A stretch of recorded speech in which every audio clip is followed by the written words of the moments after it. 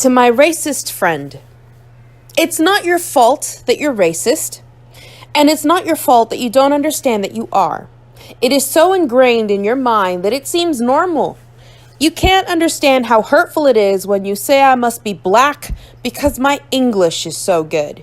You see, upon my arrival here, I was promised that if I could simply control my tongue, learn to wrap it around this language, to press the culture and the accent from it, that I would be accepted with open arms.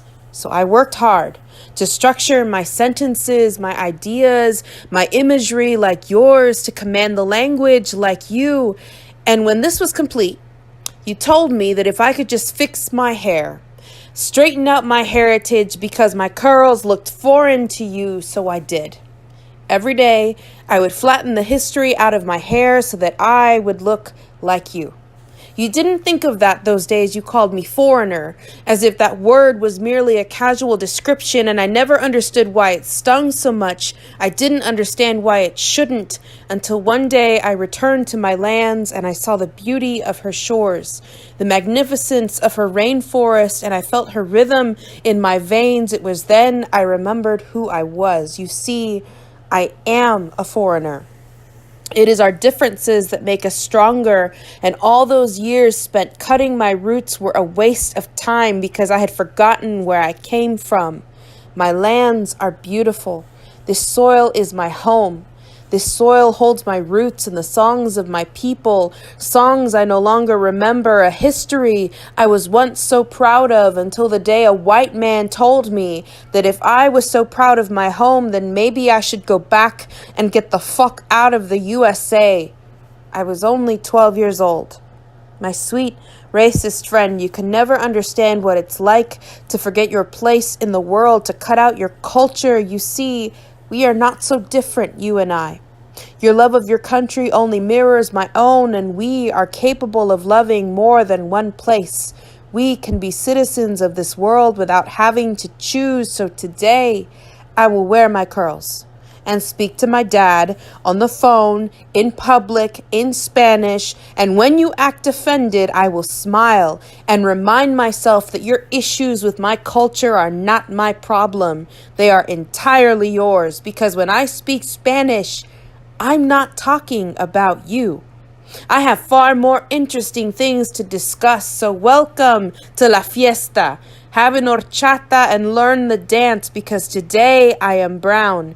Today I am Costa Rican. Today I am proud. I am me.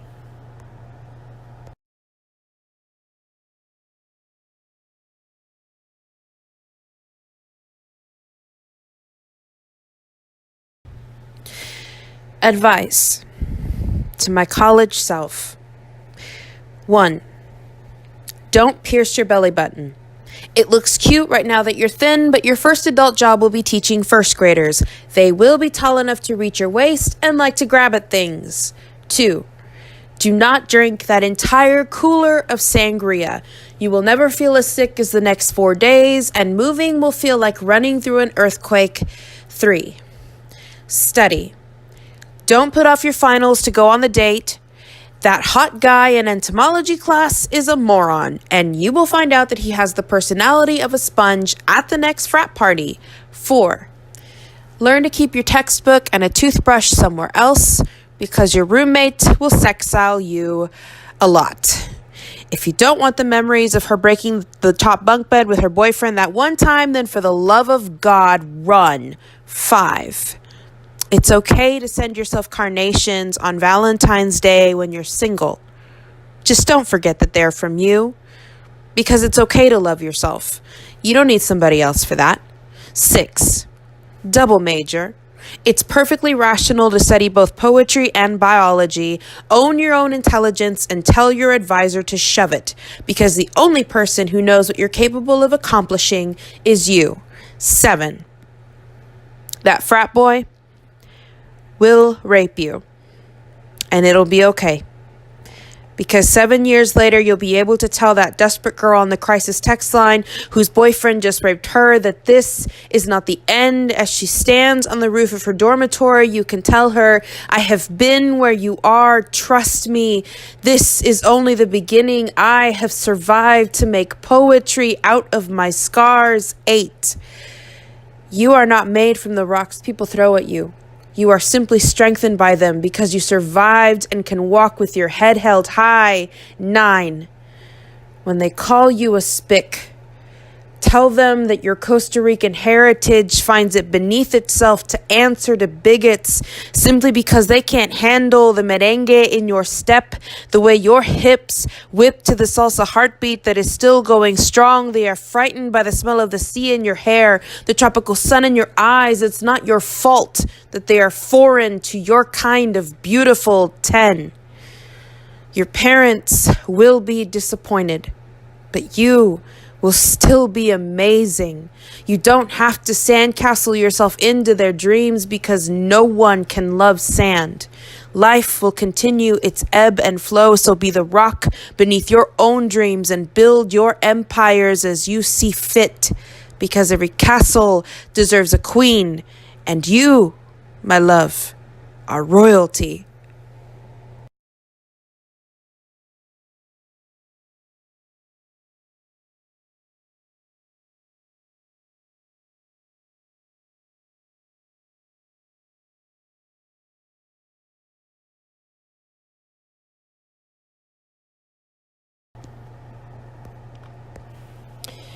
It's easy to fall in love with abuse, to believe being broken is worth the feeling if someone says they love you best in pieces. This is how your father and I met. He asked me out on a date while debating the relationship between art and pain. He claimed that marble must be busted to become beautiful, that statues were only great because they'd been shaped by violence. I told him that not all beauty comes through brute force, that some things are perfect without a hand ever being laid on them, but he maintained the worthwhile works come only from pain. The first time your father hit me, I remember tracing the dark outlines of the marks and thinking, no one had ever caressed me with such an intense force before. No one had ever adored my body enough to lose control, to grasp the wet clay of my throat, forming dark rings and ripples along my neck, sculpting the textures of my breathing beneath his palms. When it was over, he cradled me in his arms, whispered in my ear that he could make me perfect if I let him. How could I hate him for being unable to restrain his affections, for finger painting purple desire on my skin, for leaving his passion branded on my frame? I was his masterpiece.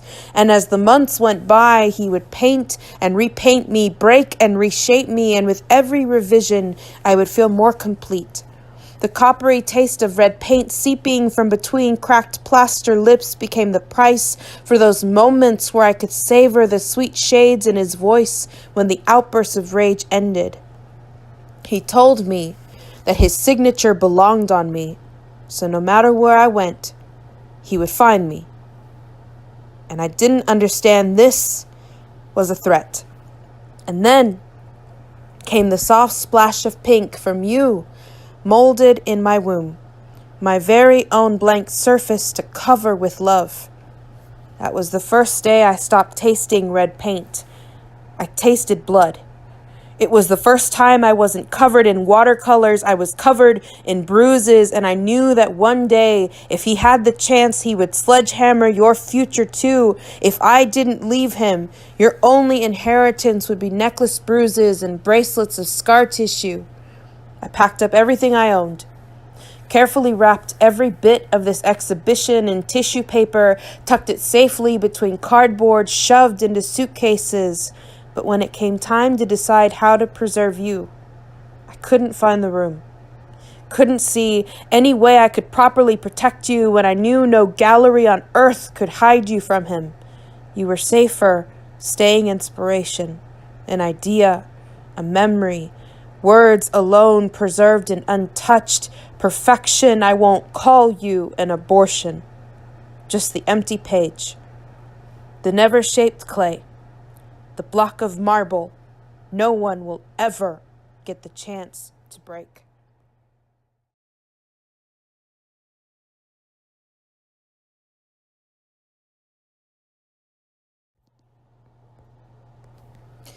It all begins with a single drop. A single drop escaping from the dam. Water has a way of flowing, of moving through barriers of steel. Once that drop escapes, it brings more. One by one, they begin to trickle. Funny how truth becomes like water when exposed, how it builds and grows stronger, washing away decades of caked-on lies. Funny how behind every drop, another emerges, then another, and another, and another, and another, until the single drops become a stream. Funny how water becomes powerful when the droplets unite. Funny how a stream is not afraid, simply unrelenting in its course. One drop doesn't look like much, but an army of drops? Well, that sounds like a tsunami. Have you ever noticed how destructive water can be? They grow into a multitude of women, adding their voices, the words "me too," becoming a call to arms. Voices once silent rise above the questions. What did you do? How were you dressed? Were you drinking? Did you clearly say no so he understood? How hard did you fight?